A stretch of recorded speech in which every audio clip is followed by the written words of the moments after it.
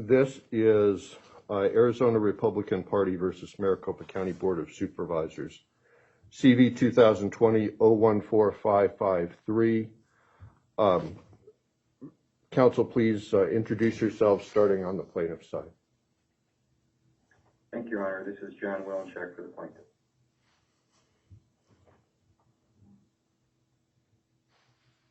Good afternoon, Your Honor. This is Joseph LaRue, and I'm here for County Attorney Adele. With me in the room are Deputy County Attorneys Tom Liddy and Emily Krager, and we represent the county defendants. Also on the phone is Joe Behill, Deputy County Attorney. Good afternoon, Your Honor. Rupali Desai and Kristen Yost on behalf of Secretary of State Katie Hans. And good afternoon, Your Honor. Sarah Gonski on behalf of intervener, the Arizona Democratic Party, and I'm joined as well by my co-counsel, Daniel Ariana. All right. This is the time set for oral argument on the motions that have been filed. We have motions to dismiss by each of the by the defendant, Maricopa County, and by the two interveners, to which the plaintiff has responded. Then we have the motion to amend the complaint and application for a preliminary injunction by the plaintiff. The way I'd like to do it is I'd like to give the defendants about 10 minutes each and give the plaintiff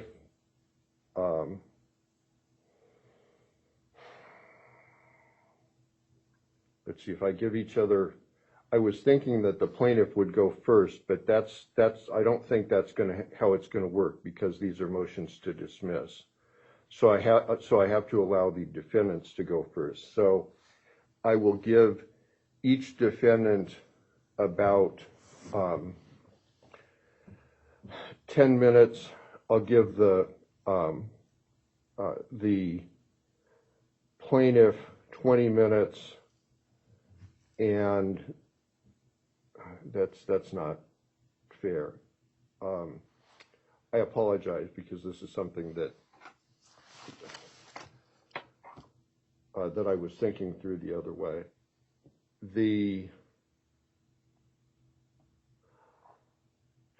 I'm going to give the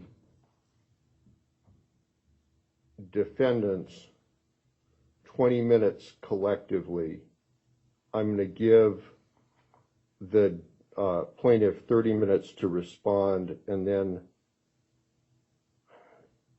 actually I'll give the defendants 30 minutes collectively, and you can divide it up however you like in terms of opening argument and then rebuttal. And when in the middle, I'll give the plaintiff 30 minutes.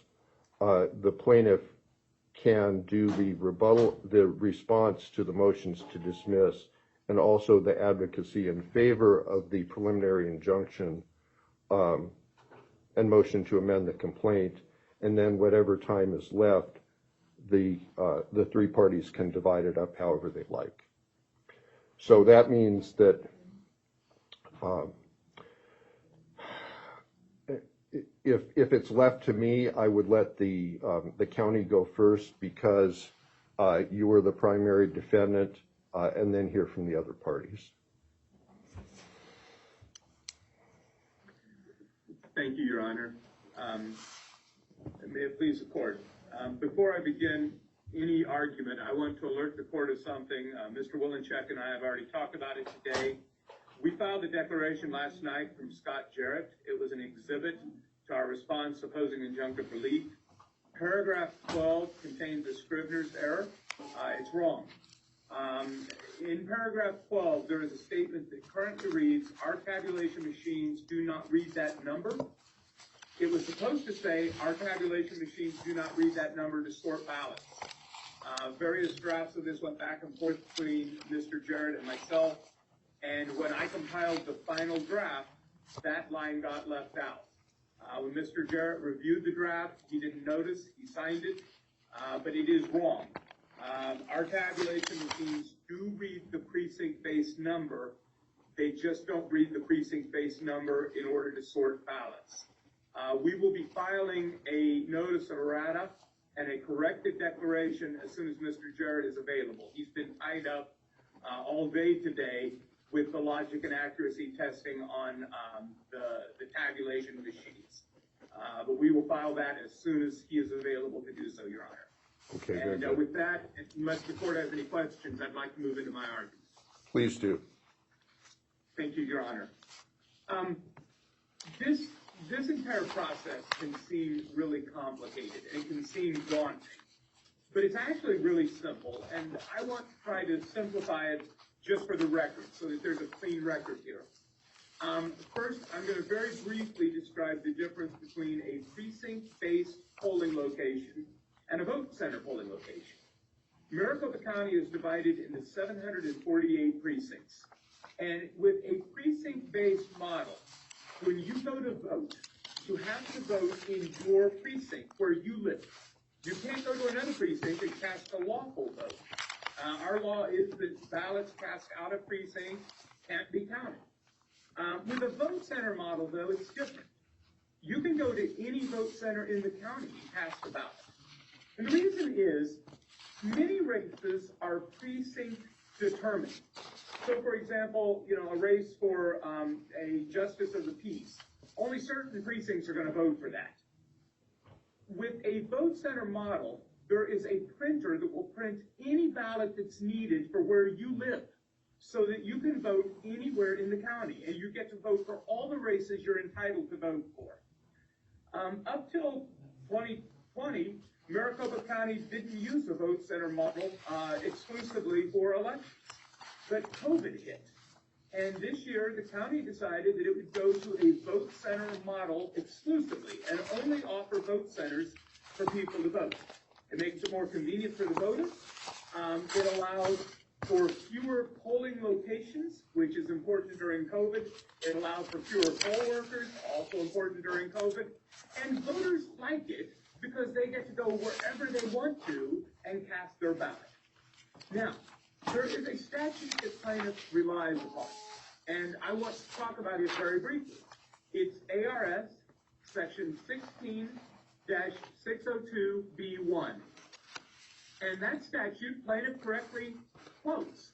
It says at least 2% of the precincts in that county shall be selected at random for a hand count audit. And it uses the word precinct. That's what the statute says. And that made total sense back when Arizona only used precinct-based polling locations. That's what we use, not just here in Maricopa County, but all throughout the state. That's all our law allowed. And we find that law, Your Honor, in ARS 16-411.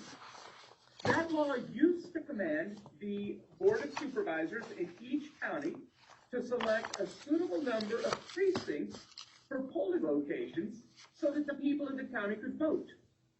Therefore, the hand count audit statute said, conduct a random sample of 2% of the precincts. It all made sense.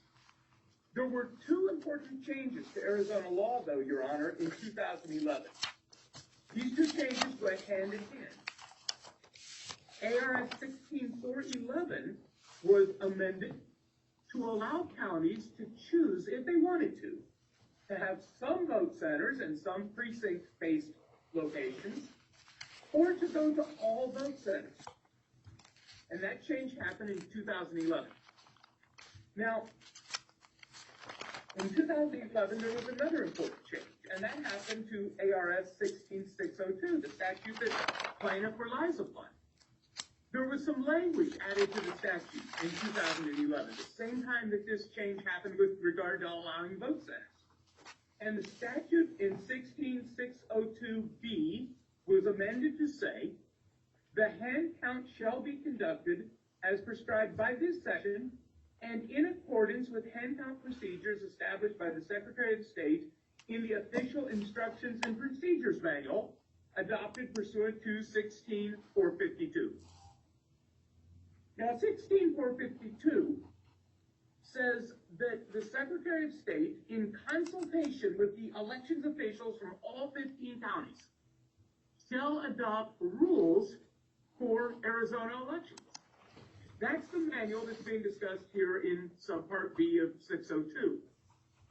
But 452, the statute that talks about the elections procedures manual, it goes farther. It says that this manual has to be approved by the governor and the attorney general. In other words, Arizona's top lawyer has to look at the manual and say, yep, this corresponds with the law. And in 2012, the elections procedures manual was updated to take into account the fact that the legislature changed the law to allow for vote centers.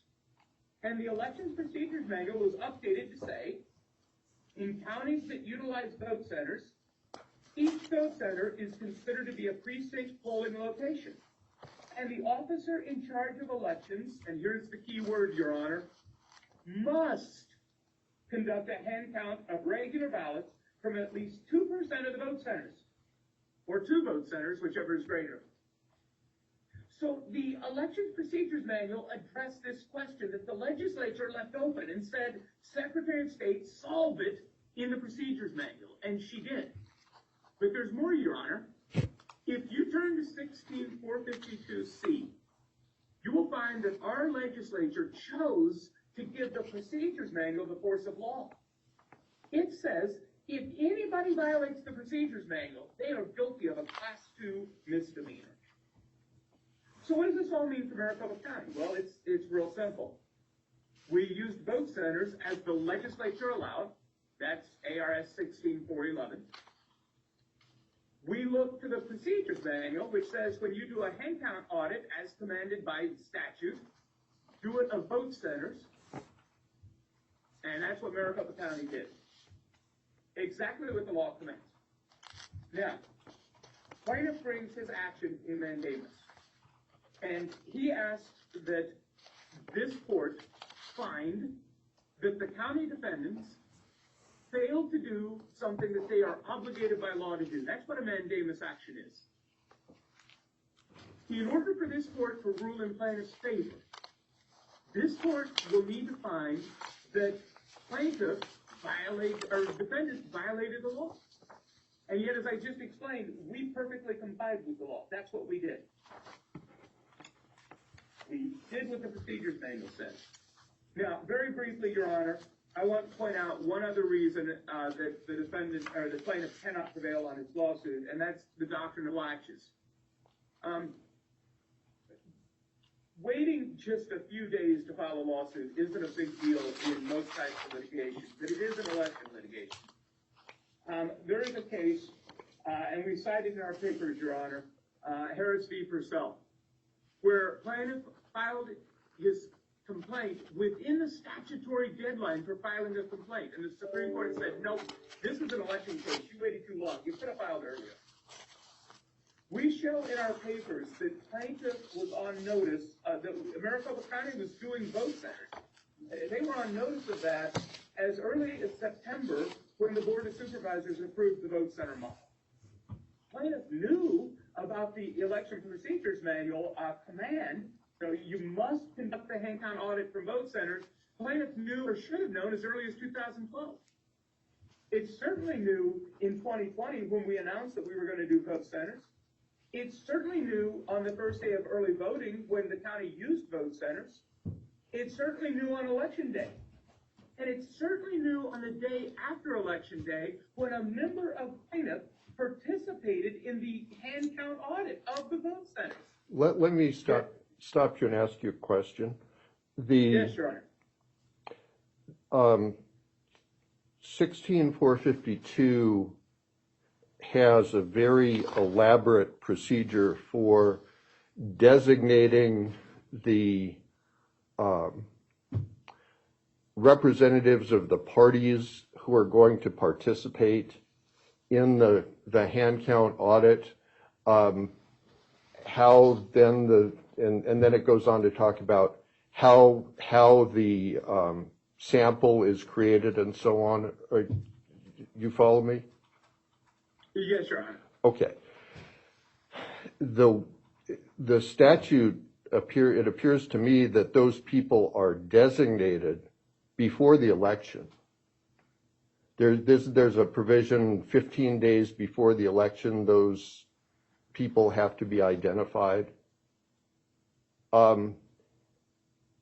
Is that another point at which the plaintiff should have known that the audit was going to be done by vote center and not by precinct? Yes, Your Honor, because 15 days before Election Day, we were already conducting early voting by vote center. And so Your Honor is correct. At the time that parties were designated, the plaintiff knew or should have been on notice. And again, the plaintiff only waited a few days to file its lawsuit after the election. It filed on, if I remember correctly, November 12th, 8 days after the election. That's not long at all in a contract case, but it's an eternity in elections. And the reason is there are important deadlines in elections. And the case law says that by waiting, it prejudices not only the defendant, it in some sense prejudices the court, because the court has to make these rapid-fire decisions right on the eve of the deadline. And so, Your Honor, because it waited, and because the county complied with the law, it's the county's position this court cannot grant the relief plaintiffs seek, and the complaint ought to be dismissed. One other quick argument, Your Honor, and I'll yield my time, or the rest of the time. Okay, you've already used almost 15 minutes, so go ahead. Thank you, Your Honor. This will be very quick. The plaintiff seeks an injunction, and as we explain in our papers, Your Honor, the case law is clear. Injunctive relief is not available in actions at mandamus. And we talk about that in our papers. I won't belabor it here unless the court has any questions. Okay. Thank you, Your Honor. Who else wants to speak? Your Honor, this is Rupali Desai on behalf of the Secretary. If I could have just a few moments to address the court. Sure. Your Honor, the Secretary appreciates having the opportunity to present today because as the Chief Elections Officer of the state, she has a significant interest in ensuring fair and accurate elections. The 2020 general election was extremely successful by all accounts. It had unprecedented voter turnout, and it was incredibly fair and accurate. The hand count audit conducted by the Maricopa County defendants was perfect. It had 100% accuracy. With this background, plaintiffs, the Arizona Republican Party brings this lawsuit. They're seeking relief that is contrary to the law. They're asking this court to enter mandamus relief that would require a violation of the Elections Procedure Manual, which has the force and effect of law, which expressly requires a 2% hand count audit of voting centers. And they're now asking for an injunction to delay the canvass, something they did only after learning that their mandamus action wouldn't achieve their ultimate goal of delay. I won't repeat the arguments that are in our motion to dismiss. I think we lay out the arguments well in our papers.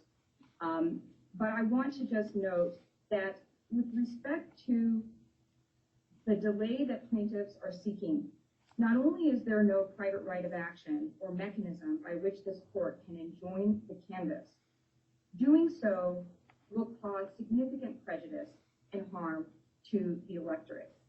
The Secretary of State needs to comply with the statutory requirement to canvass the statewide election, and she can only do that when the counties submit their canvasses, of which we've directed the court to the statute that makes very clear that the county's deadline to do so is Monday the 23rd. plaintiff's papers conflate the requirements of 16602B with the requirements in the EPM.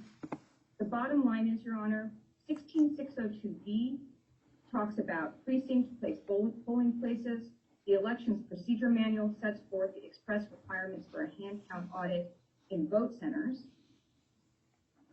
And without any sort of request that this court invalidate the elections procedure manual, claim that they do not make, their claims fail as a matter of law, without even reaching the many procedural defects that are in the plaintiff's papers.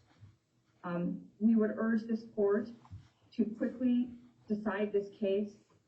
In the Secretary's view, the strategy to delay the canvass through the perpetuation of false claims of inaccuracy is harmful to the electorate.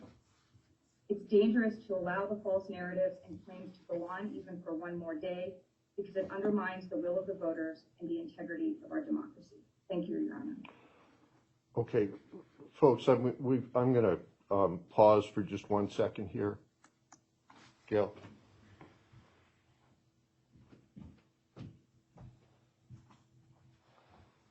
My computer is going to shut down in 10 minutes.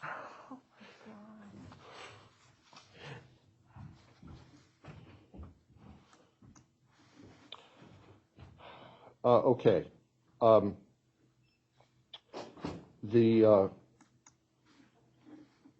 Ms. Gonski, do you want to add anything?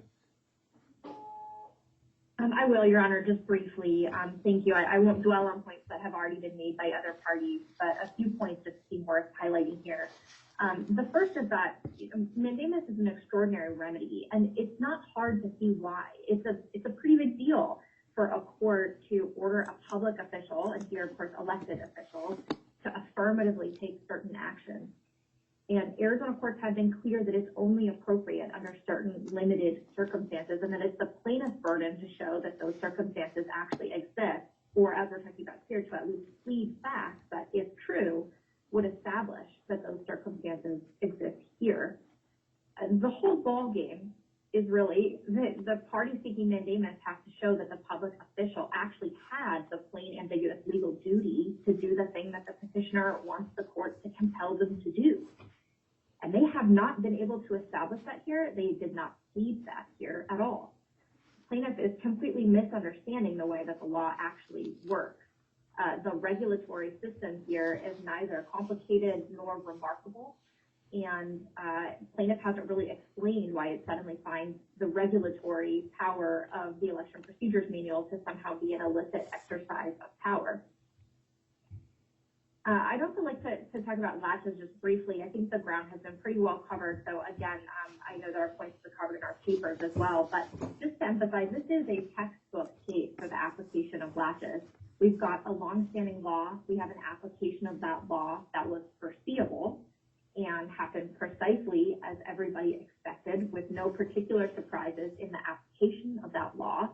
No discrepancies were found in the hand count that was already conducted. There's no allegation of any irregularities in the selection of samples or the count itself. So nothing that's happened here wasn't something that would have been readily available and foreseeable to plaintiffs long ago. This, Your Honor, is precisely why the doctrine of latches exists, which is to dissuade and to disincentivize parties from hanging around and then dropping a lawsuit at the last minute and require everyone to scramble. So it absolutely bars this claim. And just briefly, let me point, which just I want to address the idea just briefly of standing, or this interrelated idea. Can I stop you? Can you hear me? Can you hear me? Oh, yes, I can hear you now. Okay.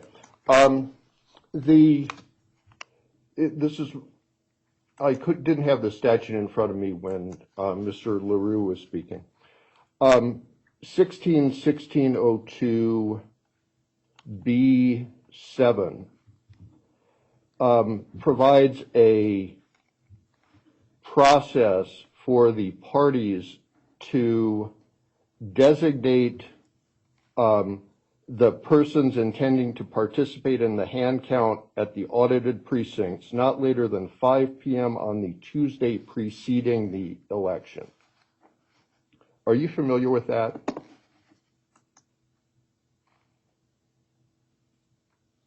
Your Honor, if you're asking me, I'm familiar with that statute, Yes. although I presume that probably Mr. LaRue is more familiar with the way that works in practice in 2020. Okay. Well, Mr. LaRue, I'll let you answer this one too, because I wasn't able to locate the statute before. Did that happen in this case? Your Honor, I believe so, yes. I would have to confirm with my client that the deadlines were met. That wasn't obviously part of what plaintiff pled, and so I didn't ask that question. But it's my belief that it did, yes. Well, if that and I do know that doesn't that, Your Honor, there were. I'm sorry. Go ahead, Your Honor. doesn't that go? If we're doing it by voting center, then that affects presumably how that process is done. Would that affect how that process goes forward? Just 1 minute, Your Honor. And let me play out my thought. This process started before the election. Yes, it did. What I am having a hard time with, and I'll obviously allow the plaintiff to respond to this, what I'm having a hard time with is the process of this audit process effectively started before the election. They waited until after the election and until they knew how the vote apparently had come out before they filed. And there were some cases that were cited by the parties that say to wait till after the election is too late to challenge election procedures. And I'm trying to understand whether that applies in this case.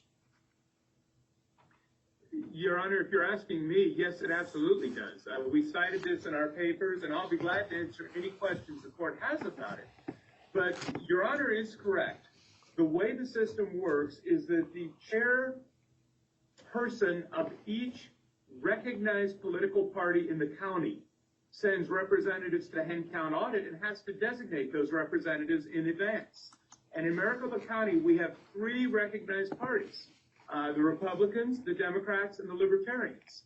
And all 3 sent representatives to the hen count audit. And we cited the hen count audit letter as one of our exhibits in our motion to dismiss, I believe. So Your Honor is correct in what he's suggesting. And Go ahead, Your Honor. would the county have indicated how many of the vote centers they were going to audit in order to notify the parties how many people they needed to send? Yes, Your Honor, they would have. They would have indicated that it was 2% of the vote centers, and they would have provided a number. That's correct, Your Honor. Okay. All right. I think I need to give the floor to Mr. Wellencheck. So I'm going to do that at this time, and we'll hear from the plaintiff. Go ahead, sir.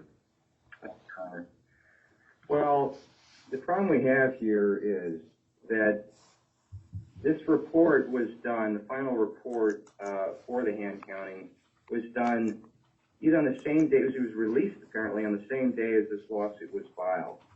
And it's at that point that this becomes a case in controversy, because prior to that, and frankly even today, we could fully expect that the county would be doing this the right way.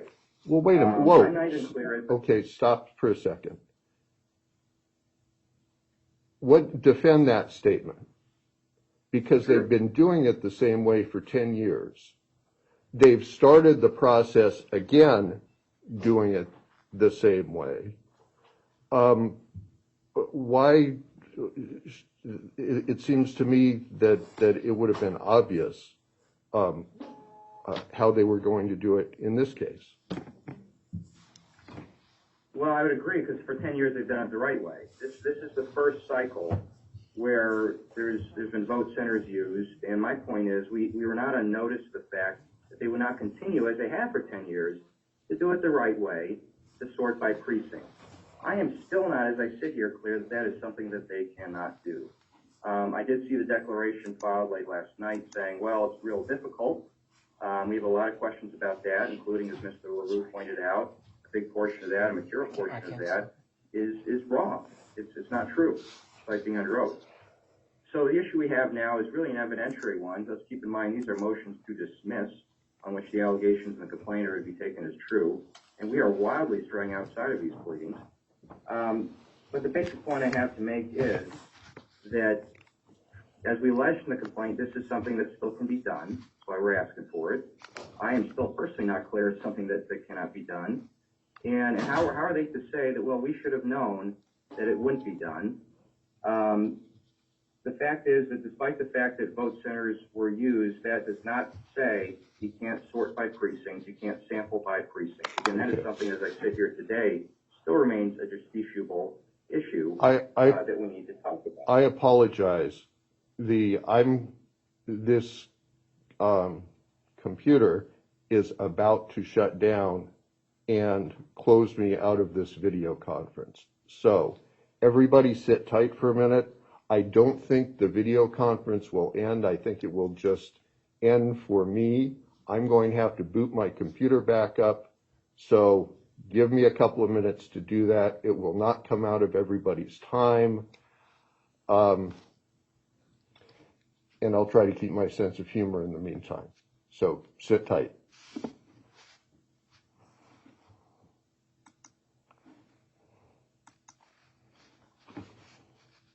Okay. You're the organizer, so it should not kick you out. No, I still have. Okay.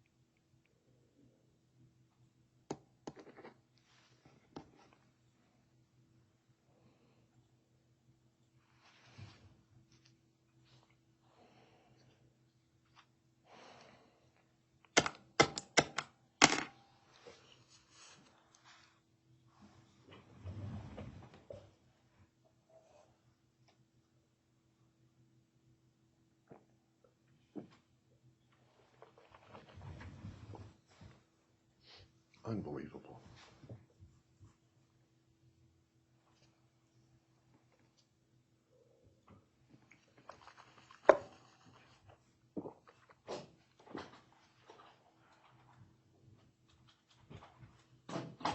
I've already restarted. It's too late. It's already restarted. I just contacted them and they gave me the way to process to stop that. Well, I'm sorry. it's too late. Okay.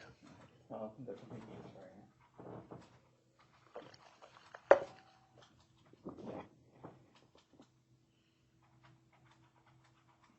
I apologize, Jim.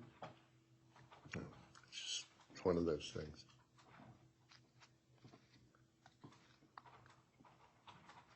Just want to make sure we're very well. All right, thanks, Nick. All right.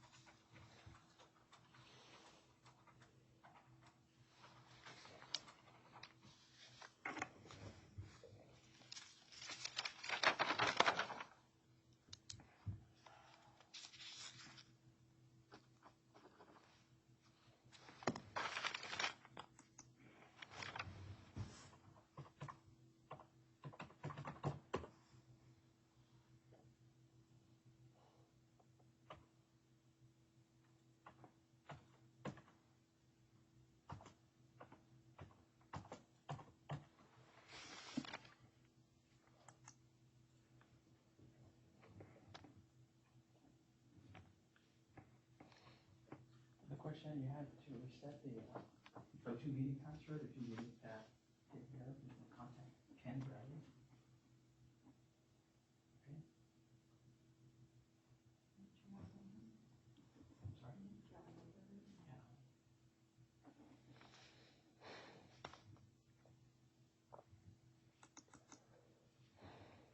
It's 602-506-6583.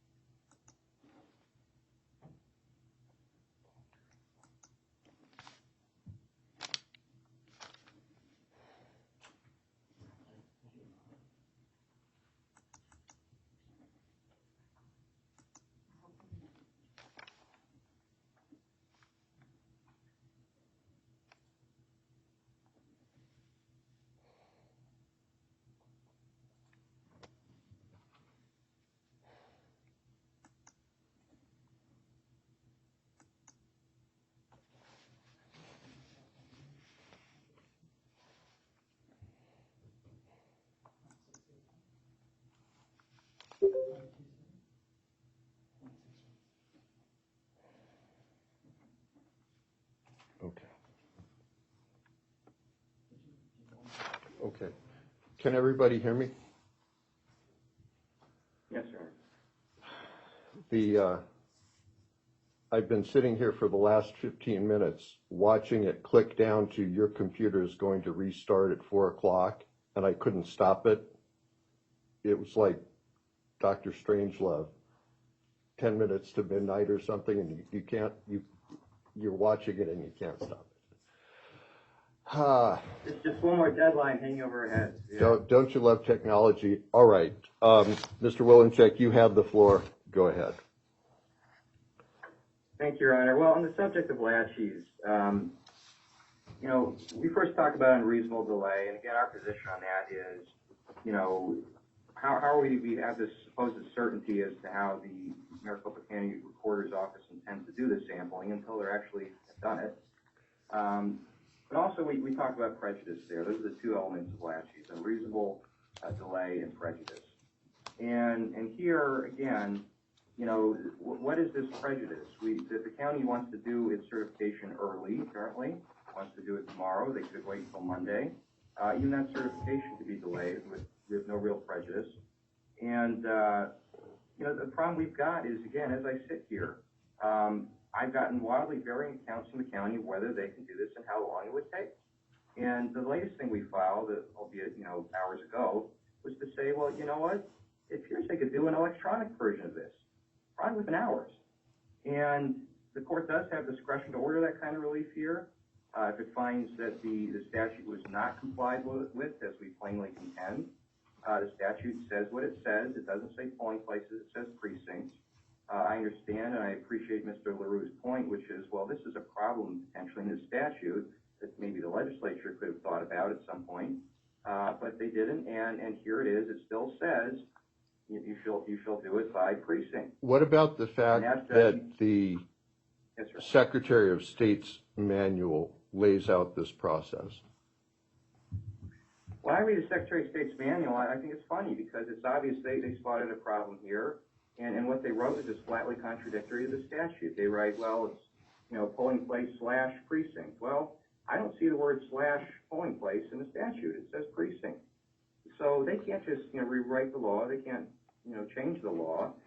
We cited a case which says that that's as inappropriate as saying that a statute can change the Constitution. Respond to their State does not have the right to do that. Respond to their point that this is not the process for an audit when voting centers are used, that the statute is in fact silent on that, and that they filled in a gap in the statute. There is no gap, and the statute plainly reads, for any primary, special, or general election, this is a general election, this is the way we do it. So there's no gap here. It's not as if it said, I would agree with what they're arguing if the way it read was for unless a voting center is used, or for any collection of votes done by precinct, something to that effect. then you could argue, okay, there's a gap. But the language here does not provide for any gap whatsoever. There's any primary, special, or general election. That is what we've got here. So it says precincts, period. The question becomes, what kind of relief can this court grant? And under the timing we have. And this is why we've been pushing for the first minute on this case to know these answers from the county. I think we got something of a version of that last night. At this point, though, what we still need, and I've asked for, is to have the county designated witness to testify, I believe it would be Mr. Jarrett, and to answer this basic question of, can this be done? What we believe, the party believes at this point, is that it can. It can be done electronically. There's two different ways it can be done electronically, but the route I laid out and what I filed just about an hour or two ago is very easy, we believe. It can be done in hours, and the court has the discretion to order that kind of relief, where the government claims, okay, well, even though the law says what it says, they claim they can't do it. The court can fashion a remedy equitably to say, well, even if you can't do it, here's what I want you to do. Let me ask you another question, and I think this goes back to the question of latches. What is the ultimate injury that your client seeks to redress here? What's their goal in this litigation? Let's say that I order the relief that you've asked for. Then what? This is all about checking for errors, Your Honor, which is not a very exciting thing to say out loud, but that's what this is, and it's very important in this election. The statute starts off by saying that it talks about how the election judge at a polling place needs to compare the poll list to the number of votes cast. And the point of the hand counting is much the same. This is all about checking for errors. Well, let's say that we find first of all, they've already done the audit, and they've of the voting centers, and they found no errors. How is this re-audit that you're advocating for going to make a difference in the outcome of the election or create any kind of tangible difference in the real world? Sure. It's about checking for errors that are attributable to precinct. And, while we don't need to reinvent the wisdom of the way the statute is written, I believe that's the way it's written the way it is. If there were to be some hacking of machines, it could potentially be done by precinct. It would frankly make all the sense in the world for it to target precincts. What evidence is there? What evidence is there of that? What evidence is there of what, Your Honor? I'm sorry. Of the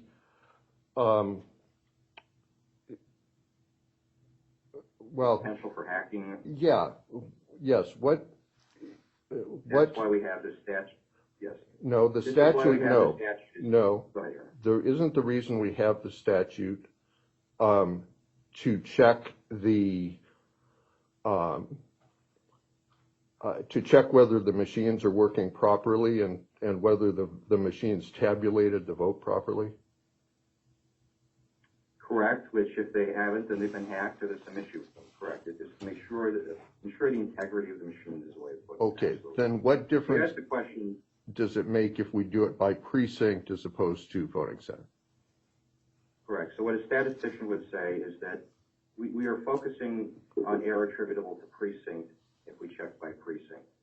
And it makes all the sense in the world for errors to be focusing, in other words, for potential attacks based on precinct. So their races are by precinct. The whole system is designed around precincts. As Mr. LaRue pointed out, we have just the peace who are just in one precinct.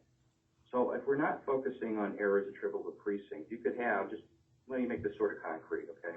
You could have an instance where one precinct gets hacked. There's a lot of false votes. The machines are hacked just for one precinct. If we're testing by vote center, which is across a number of precincts, you're much less likely to detect that error. So it's a different kind of sampling that focuses on that kind of potential error. Again, we're trying to sort of reinvent the wisdom of the legislature here, in my view. It says what it says. But there is an importance to it, and that's what it is. It's an importance that probably only a statistician or a data analyst could love, but it's there. This is a different kind of analysis. It focuses on something different, something of, frankly, greater significance to the system. Voting centers are not jurisdictions, but precincts are. Well, if you're sampling 2% and there's a hack in a precinct, then you've got a 1 out of 50 chance of catching it. That the chance is greater if we're sampling based on precinct. Okay.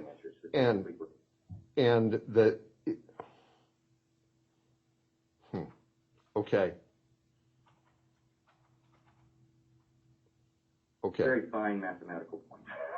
Well, I'm trying to make sense out of it, to be honest with you. Go ahead. Well, it's a very fine mathematical point, but the fact is, it seems to be very easy to do. Is what we're, what I was pointing out in that brief we filed. I think it's something that could be done in hours, frankly. At least that kind of electronic comparison we're talking about, which is to take what the machines at least reported. At that point, it's not a hand count, because I understand the county's saying, well, they'll take weeks, and an entire staff. It's a comparison of what the machines reported to the poll list. And our position is the court can award that as mandamus relief. It is a discretionary solution to this. It is a way of solving the real, very real basic problem here, which is the statute says one thing and the county did not do it. Okay. Anything else? Just that, in further answer to the court's question, what we're really trying to do here is be able to look at a given precinct and say, based on the poll list, let's say 600 people voted in one precinct. Based on the machines, 600 people voted in that precinct. So there's no issue there. It's another check on the system, and this is something that's very important to the public right now. It's very important to ensure the integrity of the election. Again, what we're asking for is such a minor ask. It is something that would take them hours, and it is a way of solving, a way of awarding relief to, again, what is a real problem. In fact, the statute says one thing, and that the county did not do it. Okay, you just referred to precinct poll lists. There aren't any precinct poll lists. Are there? There are, well, yeah, there are. They're sorted by precinct. They're sortable by precinct. So it's very easy to do. The poll lists have that as a data field. You can quickly sort it by precinct. And again, what we just learned But today there is no, but listen to me. The poll lists are what's created at the polling places, correct? Correct. Okay, so there are no poll lists by precinct. They do record precinct. I understand what you're saying, Ronnie. You're correct that they're not taken at the precinct. You're right. They're taken at vote centers, but they are readily sortable by precinct. All right, and again, the reason to do it by precinct is because. Explain it to me one more time. Sure, because one, the statute says so. Two, it focuses in on error that may be specific to a precinct as opposed to a vote center. And there is more likely to be an error by precinct because? Because our offices are elected based on precinct. You can have a justice of the peace race that's just in one single precinct. So it's more important to focus on error based on precinct, because otherwise you may miss a race like that. You may miss an office like that. Again, we don't run for office based on vote center. Okay. Thank you. All right. Then, Mr. LaRue, go ahead. Yes, Your Honor. Okay, Your Honor, just one quick point. I confirmed with my client, I wanted to be certain about this, but there was a hand count audit done of Maricopa County's vote centers following the August primary election, and the Republican Party took part in that hand count audit as well. And that goes to our argument with regard to latches, and I'll yield the rest of the time to the other defendants. All right. Ms. Desai? Your Honor, I want to just make one quick point, and I know Ms. Gonski also wants to mention something. But to Mr. Willencheck's arguments about the difference between auditing by precinct or by voting center, with all due respect, Your Honor, are nonsensical. This is not a fine mathematical point. It's not a mathematical point at all. Precincts don't get hacked. Machines have the theoretical possibility of getting hacked, and so if you do an audit of the machines, which is what happened when a hand count audit by vote center was done, and there was 100% accuracy, that is why you have the hand count audit. It makes no difference that it is by vote center or precinct. Okay. Thank you. I have one other question for you. Do you know when the canvases were posted on the Secretary of State's website? The canvas. I'm sorry, not the. No, I'm using the wrong terminology. When the audit reports were posted. Your Honor, I don't have that information in front of me. I maybe Mr. LaRue has that information, or where I can check with my client for that, Your Honor. Will it say on the website? I checked, no. Okay. Okay. Your Honor, I'm happy to get that information for you and provide it to you. Well, I'm for today's purpose, I'd like to stick as closely as we can to the record that we have. There's an awful lot of extra record information being thrown around here, so I think I'll make the decision I have to make without knowing that particular fact. Ms. Gonski, you have actually you have a few minutes, so go ahead. Thank you, Your Honor, and I will be brief. I just want to make 2 points. The first is that the reply brief that the plaintiff filed about an hour and a half before this hearing today reflects the plaintiff's acknowledgement that their claims are not actually viable. The reply brief that they filed is now asking the court for completely different relief than the complaint and the motion for preliminary injunction did. And when a plaintiff says that their claims aren't viable, the procedural vehicle for that is a voluntary dismissal. If they continue to want to advance a separate legal theory seeking an entirely separate remedy, that's actually a new lawsuit. And make no mistake, Your Honor, the reply that was filed advances a completely separate theory of the case and a separate relief. Could you explain to me exactly could you explain exactly what you mean by that?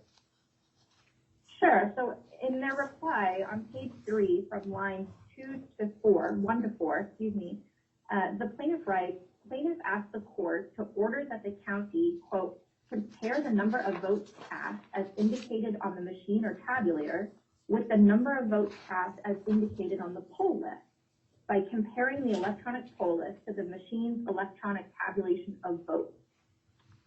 Plaintiff characterizes this on page 2 as, quote, crunching the numbers. So it does appear from this reply that plaintiff is dropping its request that its original relief that it sought in this lawsuit was that the county would go back and redo the hand count audit using a different sampling formula to determine which ballot should be included in that. If we understand the plaintiff's reply brief correctly, they are actually dropping that request and now asking for an electronic comparison, which would compare the number of votes by machines for each precinct with the number of votes recorded by the poll list. For that complaint, they're asserting that their basis is 16-602A. Your Honor, I looked back at their complaint, and their complaint cites in various locations 16602B and 16602C through F. It makes not one reference to 602A. None of the statutory language that they claim entitles them to relief appears in their complaint. None of it appears in their motion for preliminary injunction. And so, as we understand it, this is abandoning their original claim and asking in a reply brief for an entirely different set of relief. And Your Honor, there is absolutely a process for this. they need a complaint. They need a motion for preliminary injunction. They need to actually demonstrate entitlement to this particular relief that they're seeking. Those are the purposes of the notice pleading standard and of everything that we're doing in courts, is to put defendants, of course, on notice for what the actual claims are and what relief the plaintiff is seeking. At a base level, much less going into them needing to present evidence to demonstrate their entitlement to it. And it seems like what plaintiff is doing here is treating this lawsuit like a holiday wish list. But this isn't a forum for aggrieved litigants to come in and submit a kind of placeholder complaint and then create a wish list of items as they develop their theories throughout the day. And we've actually heard in this hearing a new theory based on mathematical points about precinct machines versus voting center machines. And that's not what a lawsuit does. This is a process. It's well understood. You file a complaint that has the allegations showing your entitlement to relief. You prove those up with evidence. Then you show that the relief will actually help solve those problems. And none of that has actually been done here. So I think the appropriate next step at this point is to recognize that plaintiff is abandoning their original lawsuit, which requires dismissal of their complaint, either voluntarily by the plaintiff or by the order of this court. To the extent that they are trying to assert new allegations, that's up to them. But for now, we have nothing to go on to be able to understand what relief they're seeking here. And one other point briefly that I'll make before ending is I just want to address very quickly this idea of the plaintiffs in their brief assert that they have an interest in this action as a political party, and they assert that their basis for standing is the same reason that we, the Arizona Democratic Party, meet the Rule 24 prong of having a protectable interest for the purposes of intervention. But just contrary to what plaintiffs said in their brief last night, I don't understand anybody here to be arguing that the Arizona Republican Party doesn't have an interest generally in the fair and equitable administration of Arizona elections. Of course they do, just like we do at the Arizona Democratic Party. I think we both agree on that point. But standing is more than just a general interest that you have in an election. It is also about whether or not the specific harm that you've asserted in your lawsuit actually results in a legally cognizable injury, and whether those specific injuries can actually be remedied and be redressed by any relief that the court would order if you win your lawsuit. Here at the injury, the plaintiff's been pretty silent, even when pressed by the court today, about how specifically it's injured by the county sampling ballots from vote centers rather than precincts. And frankly, Your Honor, it's hard to supply an explanation for that. If the county doesn't redo a process that found not one discrepancy and didn't alter a single vote, it is difficult to understand how the Arizona Republican Party is injured by that. Usually a political party standing to challenge election laws is based on theories that the procedures will affect the voting rights of affiliated voters or the electoral prospects of candidates or political parties. But here, if they have a good theory as to why they're harmed by the hand count that already took place and found no discrepancies, then they need to spell that out, and they haven't done that. And I think that's because that theory doesn't exist. At the end of the day, this is also a redressability issue. Even if we can show, at the end of the day, we can put aside all of the other things in this case, and we can envision for a moment that plaintiff is right, that Arizona law required Maricopa County to sample precincts. And we assume that that's actually possible. And we assume that actually delay that would result from that would be minimal or not a big problem. And we assume that all the other issues like standing and latches and mootness and other procedural defects are all out of the way.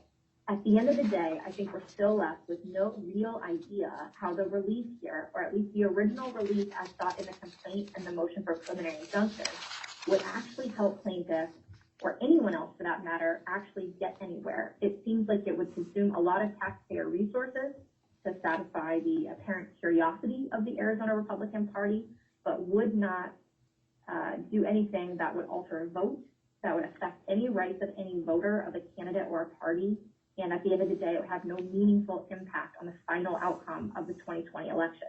And so for that reason alone, not to mention the other reasons, the court should dismiss the complaint with prejudice. Okay. I'd like the plaintiff to address the very last point that was just made about redressability, and let's start with that. Could the plaintiff address that very briefly? Sure, Your Honor. The basic harm here is making sure there's no fraud. And I take exception, the party takes exception to this idea that, hey, we can just ignore these checks, forget them, and you know, because we never check, we don't check fully, it can't be there. This is about ensuring integrity, which means that, sure, we could do a check, it may turn up nothing. We could do another check, it may turn up nothing. But you got to do them because it could turn up something. So that is the basic harm to be addressed here. That is why we do counts, we do recounts. It's as simple as that. It's about making sure there's no error, making sure there's no fraud. I don't know how to put that any more simply or what the defense intervener's real point is on that. So there's a real harm to be addressed here, or else the statute won't exist. Okay.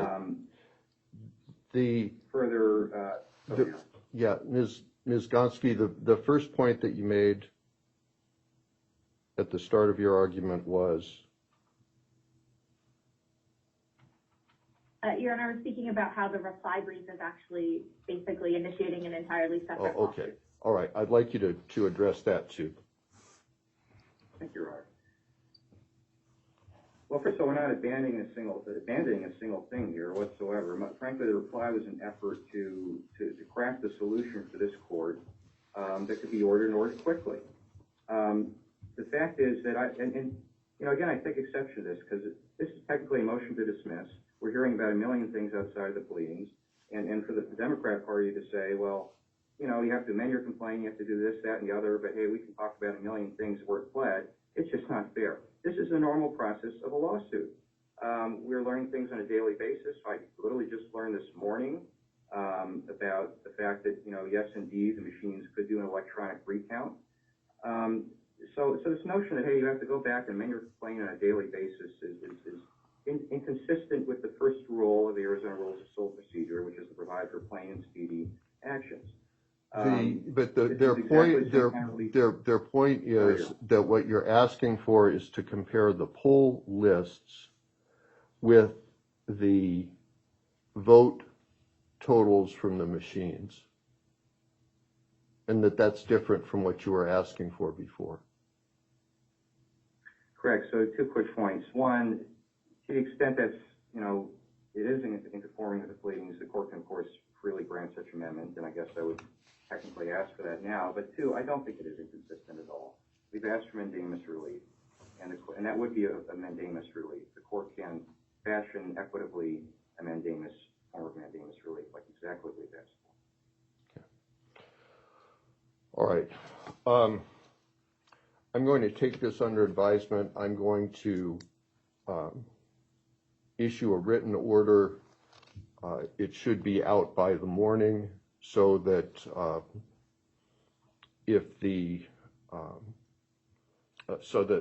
the county can go forward